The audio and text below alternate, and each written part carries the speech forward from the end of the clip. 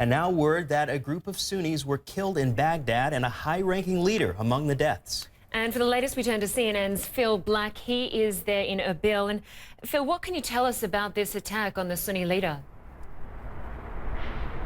Well, Linda, it looks like, according to Iraqi media, as many as 12 Sunnis were found murdered, their bodies dumped in the centre of the Iraqi capital. And as you've touched on there, one of their number was a senior Sunni tribal leader. A Sunni member of parliament was also abducted as part of this group, severely beaten and then released. In response to this attack, the major Sunni blocs of the country's parliament have suspended their involvement in parliament and government as well. Now remember, this is a country where the sectarian divide between Sunni and Shia it is substantial, and the tension that this causes is intense. The previous government of this country was accused of persecuting the country's Sunni minority. The current government of Prime Minister Haider al-Abadi is said to be reaching out, trying to run a more inclusive government, but this job has been made more difficult by the flourishing of Shiite militia, what the government calls people's mobilization units, essentially an effort to deal with the ISIS threat because the Iraqi army